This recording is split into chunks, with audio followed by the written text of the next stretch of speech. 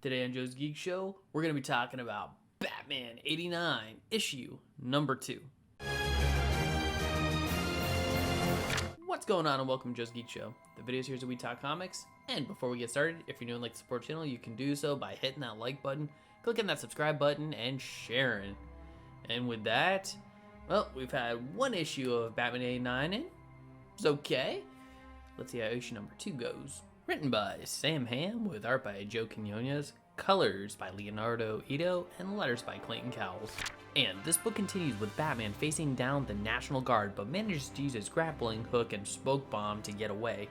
Unfortunately, in the attempt to apprehend Batman, the National Guard begin firing, in which a civilian is caught in the crossfire, causing Batman to retreat to his cave in shame. The next day, Harvey Dent discovers more about Batman through how advanced one of his batarangs is, concluding Batman is wealthy before heading to his old neighborhood once more in order to meet with the neighborhood council to discuss the local issues before cutting to Harvey giving a speech at Burnside Park, where the focus then shifts to a young man who witnesses a robbery in progress and puts on a hood and mask to stop it, and in a bit of confusion is called Robin. The book then cuts back to Bruce Wayne, who is having the giant penny delivered to his house, informing Alfred it was because it saved his life. He then divulges his guilt surrounding the issue's opening, which Alfred makes the assertion that he can always try the philanthropy route when vigilantism fails. Sometime the next day, Harvey is telling Barbara about the speech he gave and how good it felt when Detective Harvey Bullock approaches him angrily and accuses him of being two-faced. Harvey shrugs it off to then find Bruce Wayne in his office before the brief page with the Batman gang making plans to go after Robin. During this time, Harvey has since taken Bruce to his neighborhood council, where Bruce offers to help financially support the neighborhood and improve it. The council is eager but wishes to think about it, with Bruce leaving Harvey soon after. On the way to his car, Bruce suddenly hears a crash, putting on a mask and rushing to the source and being stunned at the sight of Selina Kyle, aka Catwoman, who took out the thugs. The book then begins to wrap up with Harvey and Barbara discovering that their friend's garage is on fire, where they then rush back and is told that Drake is inside. Harvey runs in to try and get to the boy, but the stairs collapse beneath him, rendering him unconscious. And once again, it's okay. I mean, Harvey continues to get fleshed out, and I do like this interpretation of him. I like his determination to uncover Batman's identity. It creates a lot of tension, especially when Bruce and Harvey are in the same room together.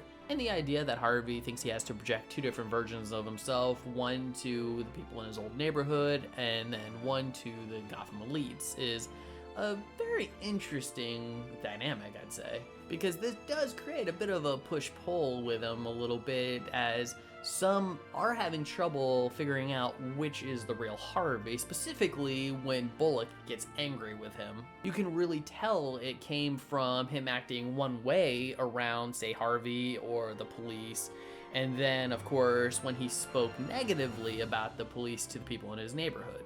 Then you have Bruce, who's dealing with the negative aspects of being a vigilante, as his acts did get an innocent person killed. And so now he's trying to do whatever he can to make it right by getting involved with Harvey's neighborhood, maybe hopefully propping it up a bit with some of his finances. There's also the character Drake, who's meant to be this book's version of Robin, as well as a version of Tim Drake.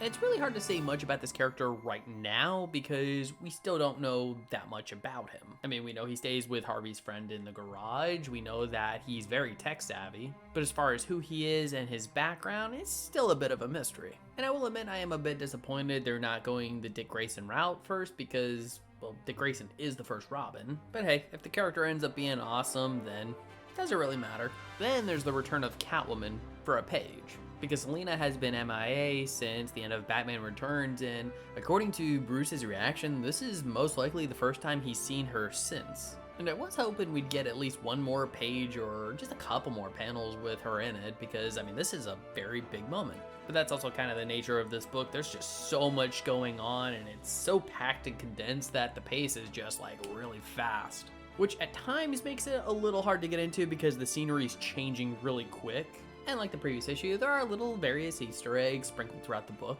Two big ones I can say is one of the gang members looks exactly like one of the Batman crew gang member guys that Bruce ended up creating in The Dark Knight Returns. And then there's a PlayStation. Okay, it's called a game station, but it's a PlayStation, which also may finally date the book because the PlayStation came out in September of 1995. When it comes to the art, it's much like the last issue where, you know, some of the characters look decent. Harvey looks a lot like Billy D. Williams. But again, you know, you have some characters not quite on point. Specifically, the Michael Keaton one looks the weirdest, I'd say. It's like they're trying to do Michael Keaton, but just making it certain aspects about his face exaggerated.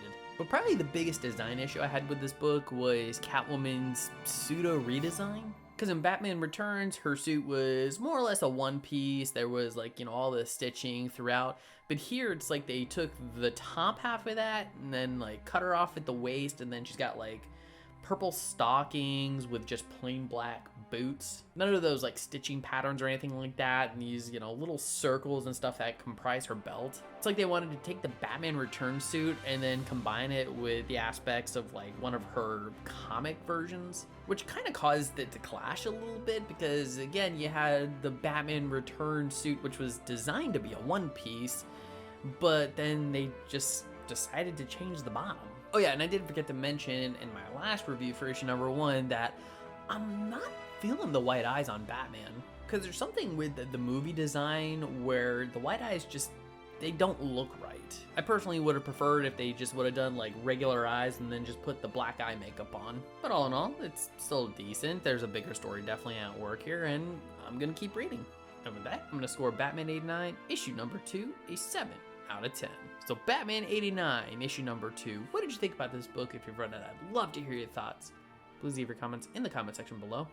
And if you like this video, I'd love it if you'd smash that like button, share it with some friends, subscribe if you're not subscribed already, and ring that notification bell for more comic book content.